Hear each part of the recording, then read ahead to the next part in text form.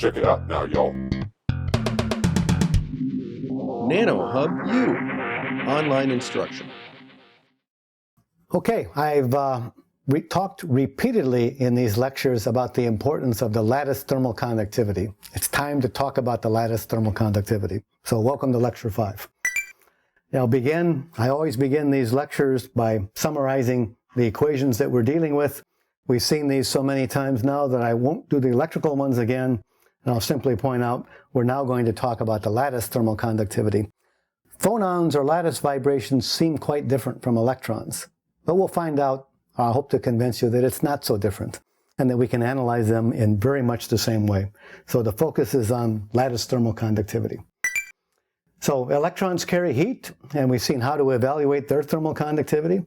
In metals, electrons carry most of the heat. But in semiconductors and insulators, it's the lattice vibrations or phonons that carry most of the heat. And that's the subject of this lecture. So just briefly, we'll talk about phonons. Then we'll talk about how we apply this Landauer approach that we've been using for electron transport to phonon transport. We'll look briefly then at results showing how the thermal conductivity varies with temperature. And then I'll do a little bit of comparison of electrons versus phonons. Okay, so remember the electron dispersion of the band structure. It can look quite simple or it can be very complicated. So the electrons behave both as particles or as waves. These electron waves are described by what we call a dispersion or band structure. The width of the band, like say the conduction band, has some finite width. It'll turn out that that width or that bandwidth of the dispersion is much different for phonons and electrons, and that will become very important. The crystal structure is periodic, so these dispersions repeat periodically in momentum space. To describe a particle, we localize it by making a wave packet with different momentum or wave vectors. We find the group velocity simply from the slope of that dispersion. And if we're lucky, and we only need to deal with states near the bottom of the conduction band or top of the valence band, we can often get by with a very simple dispersion. When we can't, we can treat those two. Now, phonons are different, and the easiest way to think about them is like a mass on a spring. So we have these bonding forces that bind atoms together in a solid, and there's some vibration. You can think of those bonding forces as spring. There's some vibration of the atoms with that spring. We can get some of the basic concepts just by thinking about a freshman physics problem here with a mass on a spring, some mass m, some spring constant ks. The potential energy, if we stretch this spring, is just 1/2 spring constant times the displacement from its equilibrium value squared. The force is minus the gradient of the potential energy. If we take Newton's law, mass times acceleration is equal to force, we can derive a simple equation for the time dependence of this oscillation. And what we'll find is that it oscillates periodically in time. This is a harmonic oscillator, and that frequency is related to the stiffness of the spring and the mass of the atom. Okay. Now, classically, the energy in this oscillation is just proportional to the square of the amplitude of the oscillation. Quantum mechanically, we're going to quantize this energy in units of h bar omega, and that's the difference that quantum mechanics brings in. So we can think of lattice vibrations or quantized lattice vibration as phonon particles. They'll have a dispersion. We can think of them both as electrons and waves. This dispersion will be associated with some bandwidth, which will be significantly smaller than the bandwidth for electrons.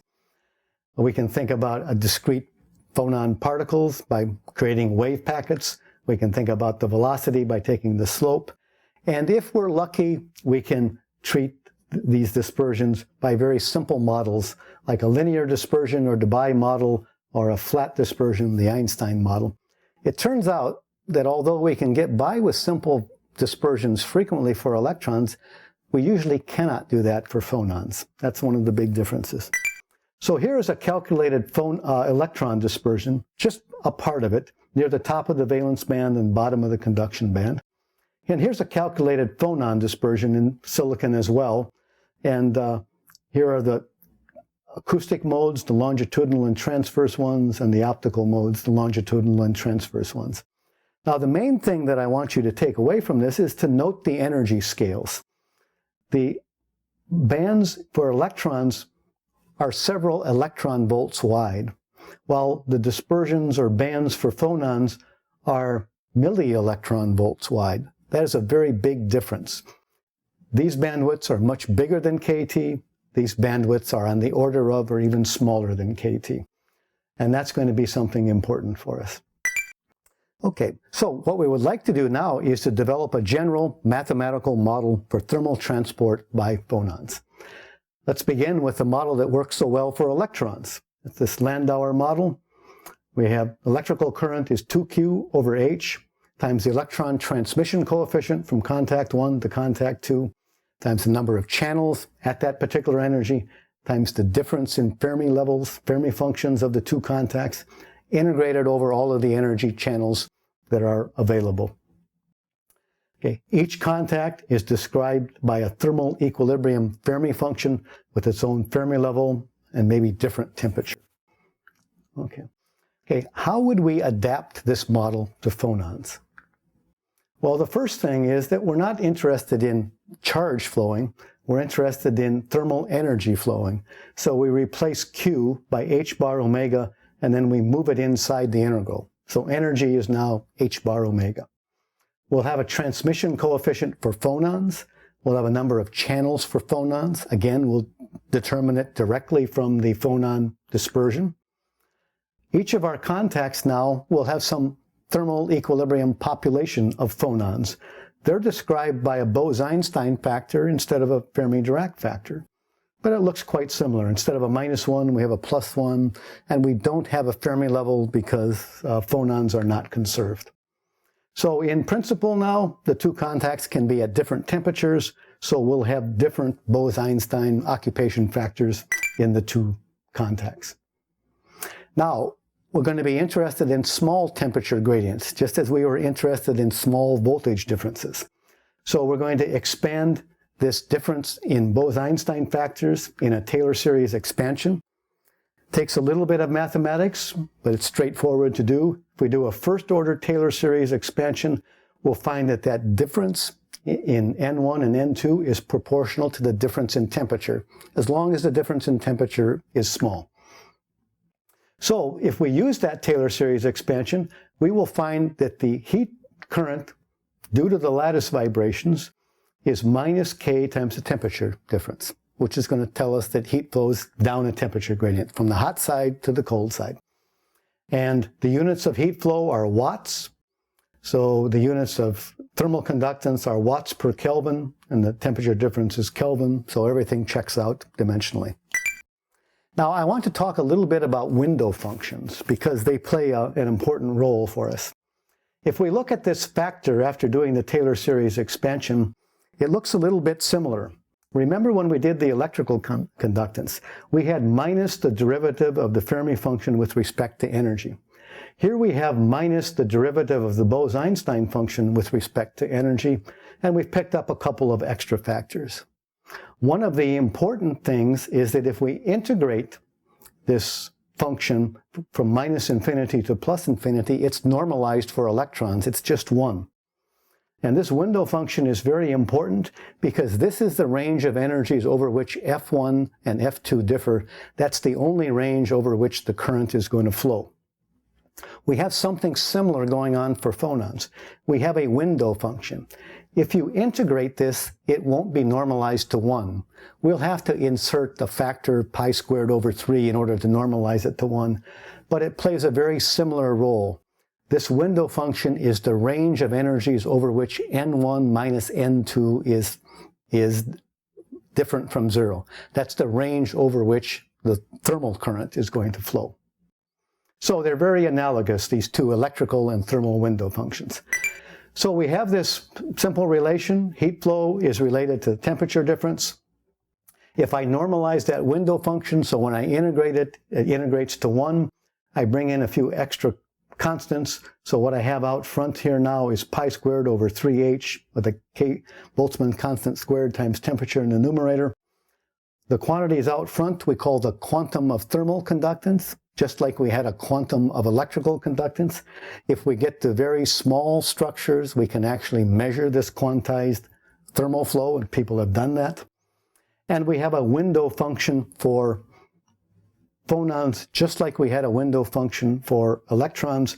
We've inserted a factor 3 over pi squared in order to make sure that when we integrate that from omega equals 0 to infinity, it integrates to 1. So expressions look similar, very similar to the expressions we had for electrical current, was conductance times difference in voltage. The expression for the electrical conductivity looked very much the same. We have a quantum of electrical conduction, just like we have a quantum of thermal conduction. We have a transmission for electrons, just as we have a transmission for phonons. We have a number of channels for electrons, just as we have a number of channels for phonons. And we have a window function for phonons, just as we had a window function for electrons. So the two are very, very similar. In fact, if you look at these window functions in energy, you'll see that they look very similar. So if I plot that window function for electrons and center it about the Fermi energy, you can see that it has a width of a few kT. So at 50 Kelvin, it's sharp, peaked around the Fermi energy. At 300 K, it's broader, a few kT about the Fermi energy. If I look at that window function for phonons, well, I have no Fermi energy for a reference, so I start at energy 0. That's like starting here. And if I look at the positive half of that, it looks very similar to the positive half of this window function for electrons. It's sharply peaked around 0 at low temperatures, and it's spread out a few kT at high temperatures. Okay. So let's look at diffusive transport in large 3D structures. So we have our current equation that we've derived directly from the Landauer approach. We're going to be thinking about large structures that are many mean free paths long. So our transmission reduces to mean free path divided by the length of the structure. We're going to write the heat current in terms of the heat flux, the current per unit area. And that will translate this conductance to a conductivity. And this lattice thermal conductivity, that's the quantity that we're after. So if we look at that lattice thermal conductivity, we can get it directly from the conductance just by multiplying by length, dividing by area.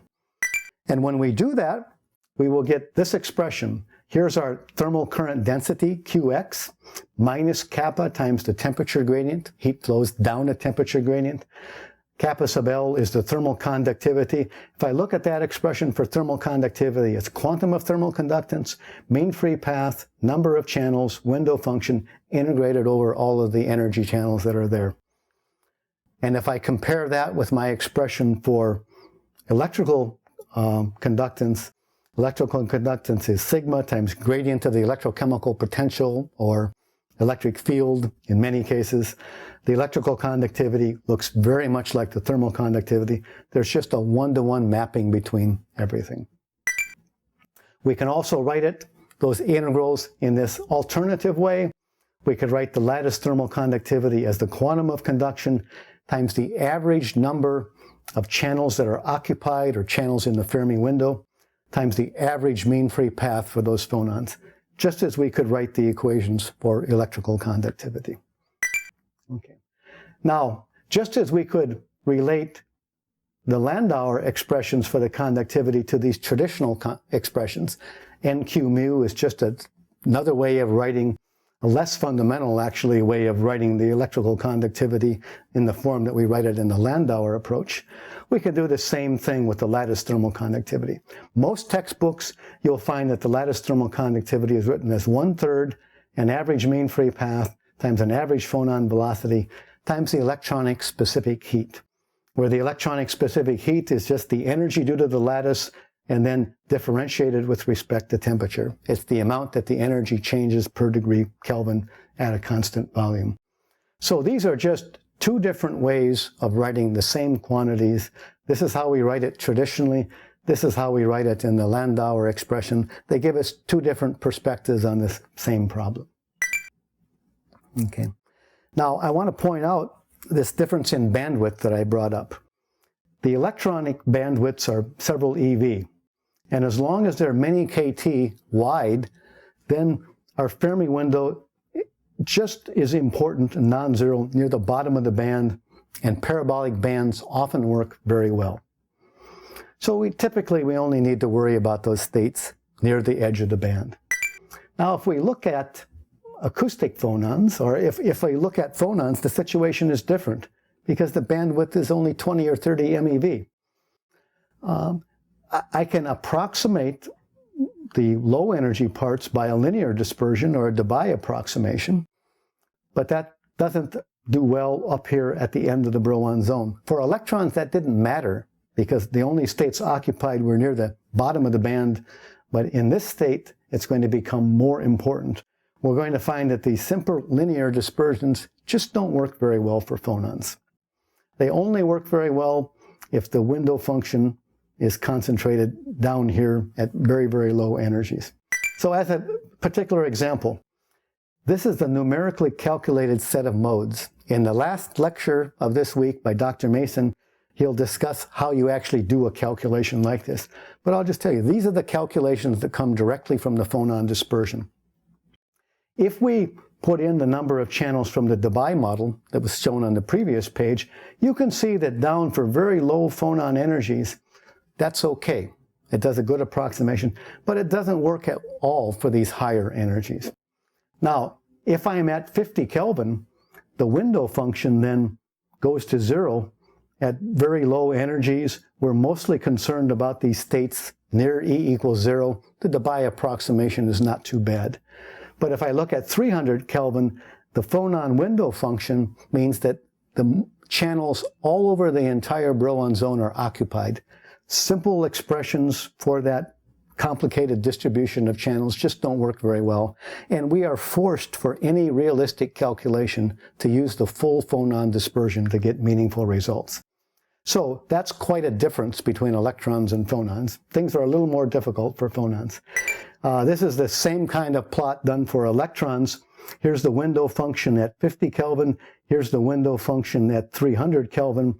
Here's the number of channels. It goes up many electron volts, but you can see the only channels that are occupied are very near the bottom of the band. The actual numerical calculation is the black line. The parabolic approximation is the red line. And you can see the range of channels of interest are accurately described by a parabolic dispersion for materials like silicon and most other materials. Okay, so we've discussed the lattice thermal conductivity. I've talked about channels quite a bit. It's time to talk a little bit about the mean free path for phonons. Now, if I think about electrons, because we're trying to make analogies with electrons can scatter from defects, charged impurities, dislocations, other types of defects. They can scatter from phonons, electron-phonon scattering. They can scatter off of roughness at the surfaces and boundaries, and one electron can scatter from a different electron. If we look at phonons, phonons can also scatter from various types of defects. Phonons can also scatter from other phonons. Phonons can also scatter from roughness at the boundaries and interfaces. And phonons can scatter from electrons. And some interesting effects can occur when those two flows are strongly coupled, and we get effects like that are termed phonon drag. That's when the electrons and phonons are coupled together relatively strongly. So if I think about phonon-phonon scattering, in most cases, if I have two phonons with different frequencies and momentum, and they scatter, momentum and energy is conserved. If I think about the whole ensemble of phonons, we really haven't changed the average energy and momentum of the ensemble. So the fact that we've changed a couple and given it to a third doesn't really change the overall average, so there's little effect on the thermal conductivity of scattering of this type. Now there's a different type of scattering. The scattering that I've talked about is called normal scattering. There's a process called Umklapp scattering that is a little bit different. If these two initial wave vectors are very large, if they're near the edge of the Brillouin zone, and that happens for phonons because all of the states are occupied for phonons. For electrons, only the states near the center of the Brillouin zone with small wave vectors are occupied. But for phonons, it's different. We can have large wave vectors scatter. Energy and momentum is conserved. That gives us a momentum that's outside of the first Brillouin zone. Now, that's a problem, because if you convert that into a wavelength, you see that the wavelength is shorter than the distance between atoms. Well, we realize that this is periodic, and we map this back into the Brillouin zone with a reciprocal lattice vector. But what that does is it turns the direction around, and it actually changes the momentum. Momentum now is not conserved because of the role of this reciprocal lattice vector. And this will have a very strong effect on thermal conductivity. So these U processes, these Umklapp scattering processes, have a very important effect on the thermal conductivity. That's the main effect that we worry about. So we won't go too deeply into the physics. I'll just mention that the scattering rate, we have scattering due to defects. We have scattering due to boundaries. We have scattering due to Umklapp processes. Mean free path is velocity times scattering time. So we also could add, if we want the total mean free path, we have to add the inverse mean free paths for all of these different scattering processes. And people generally have an understanding of what the typical energy dependencies of the different scattering processes are. And we understand them relatively well so that we can do computations like this. So we can do computations like this, and we can calculate the temperature-dependent thermal conductivity. This is an example of doing that kind of calculation for silicon, putting in those scattering processes, comparing them to measured data, and you can see that we can do a relatively good job of calculating the temperature-dependent thermal conductivity. For low temperatures, we worry about the distribution, the window function. Only a few of the modes are occupied. As we get more and more modes occupied, we get more and more heat flow, and the thermal conductivity increases.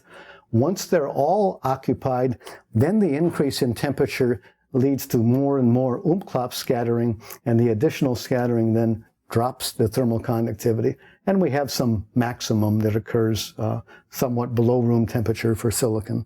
So we have a good physical understanding of what scattering is for materials, for bulk materials like this, and what scattering processes dominate various temperatures of this curve. Okay, now I want to conclude just by saying a couple of words about how do electrons and phonons compare. If we look at these expressions for the electrical conductivity and the thermal conductivity, we can see that they look very similar. In practice, the mean free paths are not that different either. What's different is the fact that for electrons, you can vary the location of the Fermi energy, and you can change the number of modes in the Fermi window by many orders of magnitude, so that we have a knob that allows us to change the electrical conductivity by many orders of magnitude, and we don't have a knob like that for phonons. Okay. So one way that we can compare these is we could divide the lattice thermal conductivity by the quantum of lattice thermal conduction, and then we find that this K lattice tilde is just the number of channels in the window times the average mean free path of phonons in that window. We can do the same thing for the electrical conductivity. Divide the electrical conductivity by the quantum of conductance. The sigma tilde then is just the average number of channels in the electron window divided by the average mean free path. So now these two quantities are directly comparable, and it's interesting to compare them. So let's take bismuth telluride as an example. If I compare this reduced electrical conductivity to this reduced thermal conductivity, we can put numbers in, and we can see that the number of channels for electrons is less than 10 to the 17th, but for bismuth telluride, it's 5 times 10 to the 17th. So we have many more channels for phonons than we do for electrons, and that's bad because it reduces this ratio. In order to get high performance, we would like to have a large electrical conductivity and a small lattice thermal conductivity. If you look at the mean free paths, they're not that different. 21 for electrons and 9 for phonons. You put this ratio together, kind of think of this as how good is your thermoelectric. It's about 1 for bismuth telluride. Okay. If you want to get a low number of channels, we look for materials that have a low sound velocity. Large mass gives us low sound velocity. This gives us a small bandwidth, gives us a small number of channels, and occupies a small fraction of that window. What's proven most successful for people is to engineer the phonon mean free path in a way that you can reduce the phonon mean free path without hurting the electron mean free path too much. And as you might imagine, that's a bit of a challenge, but people have had a significant amount of success in doing that. Now, let me just compare N-type bismuth telluride versus N-type silicon. Bismuth telluride is a good thermoelectric, silicon is a poor thermoelectric. So if we look at those numbers for bismuth telluride, we have the numbers I showed on the previous slide. If we look at the same numbers for silicon, you can see that the number of channels for the electrons is not that different. The mean free paths are not that different. But if you look at the number of channels for phonon transport, you can see that there is a very large increase in the number of channels for silicon. So what we find is that the mean free paths for silicon, also we have about roughly the same mean free path within a factor of 2 between mean free path for electrons between bismuth telluride and silicon, but the mean free path for silicon is much longer than it is for bismuth telluride. So again, that gives you a higher thermal conductivity, longer mean free path, more channels. So the result is that this particular figure of merit is about 100 times smaller in silicon than it is in bismuth telluride, and that's why the thermoelectric figure of merit is about 100 times smaller in silicon than it is in bismuth telluride. Okay, so there's a lot of activity these days in trying to engineer thermal transport such that we can reduce the mean free path for phonons without affecting too much the mean free path for electrons. So this is an example from a recent example from the Northwestern group that's having a good deal of success in how you take a material, you incorporate various precipitates at the nanoscale, microscale, grain boundaries. It turns out that phonons with mean free paths of many different lengths all make significant contributions to the thermal conductivity. And Jesse Mason will talk more about that in the last lecture. So in order to reduce the mean free path, we really need to introduce scattering centers at different length scales, from nanometers to micrometers, in order to reduce the mean free paths across that broad distribution. But that's an activity that has been having a good deal of success lately. So just to wrap up, the model that we've been using for electrical conduction for the first several lectures can readily be extended to phonons. The mathematics looks very similar. Lattice heat conduction is quantized just as electrical conductivity is quantized. The different bandwidths of the electron and phonon dispersions have important consequences. For electrons, we can use very simple dispersions. For phonons, we just can't get by with that. And finally, an important difference is we don't have a Fermi energy. For electrons, we can control the doping or the location of the Fermi energy, and we can control the conductivity over orders of magnitude. For phonons, we can pick materials that have a heavy mass and a low sound velocity. We can make some progress that way. We can reduce mean free paths by scattering, but we don't have this knob to vary conductivities over several orders of magnitude the way that we do for electrons. So continued progress in thermoelectrics is likely to occur by continuing to reduce lattice thermal conductivities, but significant progress will probably require us to learn how to improve the numerator as well. Okay, so that's it, a summary of how we think about lattice thermal conductivity, and I'll look forward to seeing you again in the last formal lecture of week 2.